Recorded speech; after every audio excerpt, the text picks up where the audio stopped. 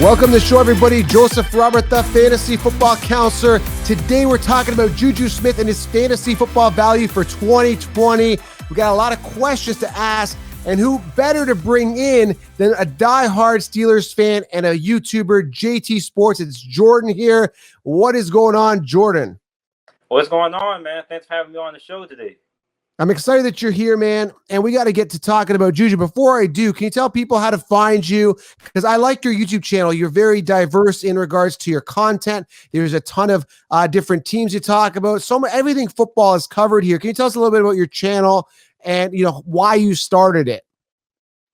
So on JT Sports, I upload all kinds of videos concerning football. Like I covered the XFL. That's gone. I cover college football when we near college football season. And when it comes to the NFL, like I not only cover the Pittsburgh Steelers, but I covered almost every team in the NFL that you can think about. All 32 NFL teams I have like great knowledge on. So Right. I cover everything. So the reason I got started on YouTube is basically the fact that my friends, my teachers, everybody at school said I talked about sports way too much. And like with me, like I'm a person who really doesn't argue with people that often, really. But when it comes to sports and the barbershop, I argue with sports and football about you all day. So that's what motivated me to start my YouTube channel, give me a platform to voice my opinion about sports. Right. Nice. No, I appreciate you being here. You're out there grinding. Today, we're talking about Juju. I want to get your opinion here because, again, you follow the Steelers more closely than I do. Just a quick recap to everybody. Juju was crushing it back in 2018 with Big Ben there. He was a top 10 fantasy PPR wide receiver. Did really, really well. Him and Antonio Brown crushed it with Big Ben being there. A ton of targets, a ton of yards. Big Ben led in yards amongst quarterbacks. Juju had 166 targets, absolutely crushed it.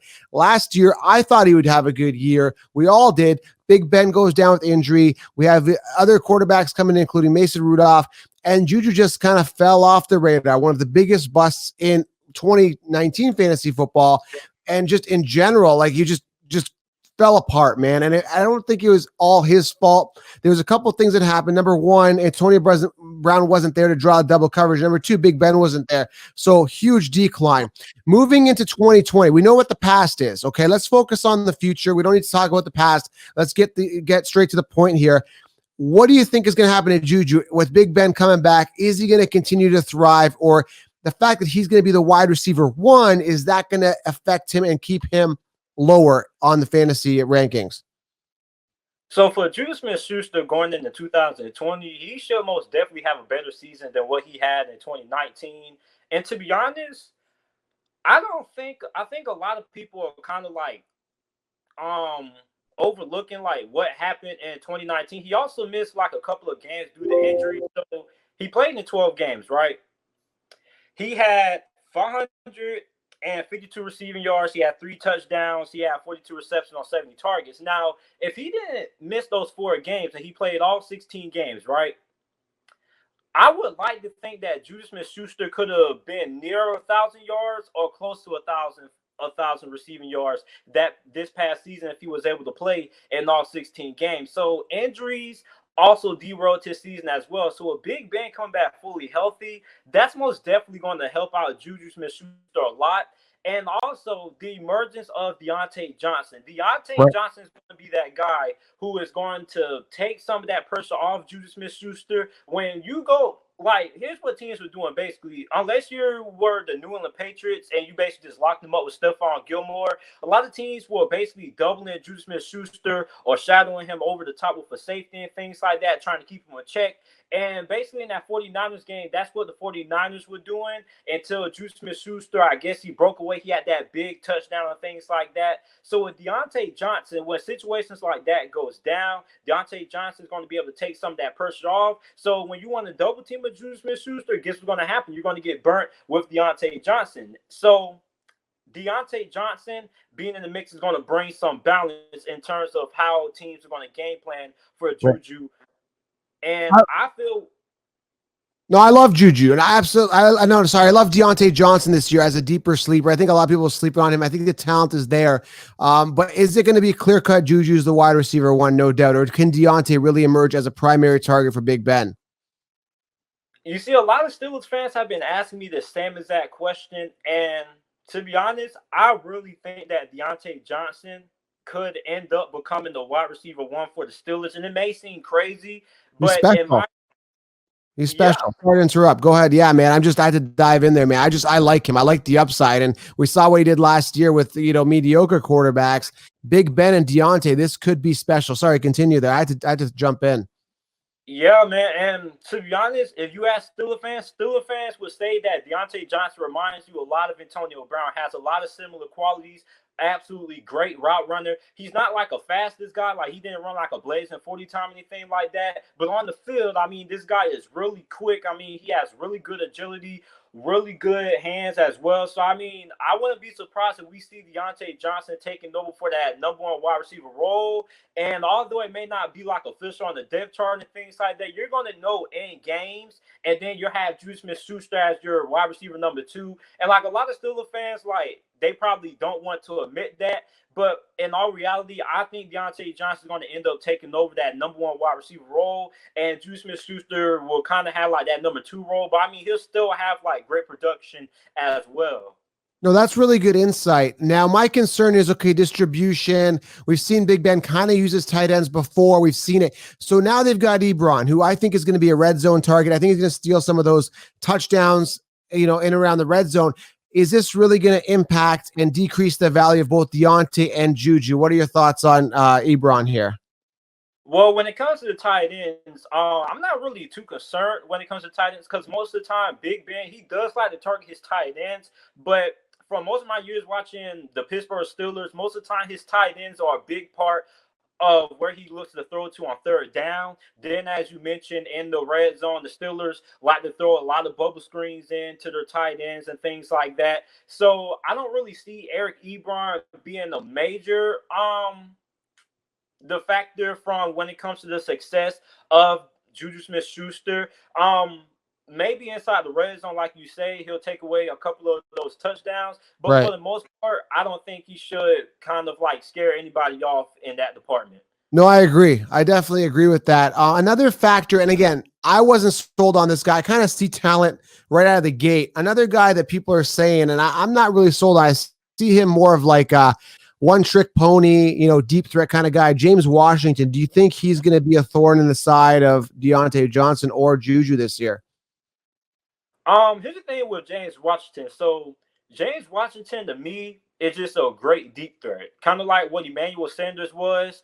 A few years back with the Steelers, and then he left, went to Denver, and we ultimately saw how good of a deep threat he could be, and also being able to do more. So when it comes to James Washington, when you look at most of the plays that he had this season was basically deep balls, basically from Mason Rudolph and Devlin Hodges. So when Big Ben comes back, Big Ben most of the time targeted James Washington on deep balls, but they weren't able to capitalize off those because they didn't really have the chemistry and the time it wasn't quite there. So really, I just expect James Washington just to be a big deep threat guy. Now, like you said, he's probably going to have a couple of big explosive touchdowns over the middle and things like that. But for the most part, I think he just is going to be a one-trick pony for the most part. Right. Yeah, that's what I think too. I don't think he's going to be a big factor. Now, again, I want to go ahead. Sorry. I can give you a good example. Sure. You remember Robbie Anderson, right? Yeah. That's why I see James Washington head. I look at him as a Robbie Anderson guy. Like you guys like to say in fantasy football terms, he's like a lower flex option because from week to week he could be boom or bust because since he's so reliant on the big play, you don't know what you're going to get out of him week to week because we don't know if he's going to have a big explosive touchdown every week in and week out. So I mean, he could be like a lower end flex option, but I mean, for when it comes to fantasy football value, I don't really see him really taking anything away from Diontae Johnson and Juju Smith-Schuster.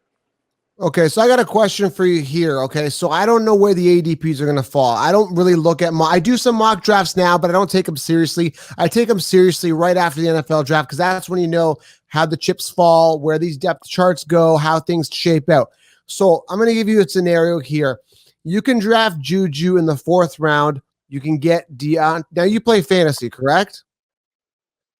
Okay. Yeah. So do you either take Juju in the round 4? Or do you take Diontae Johnson in round 8 or 9, let's say, for example?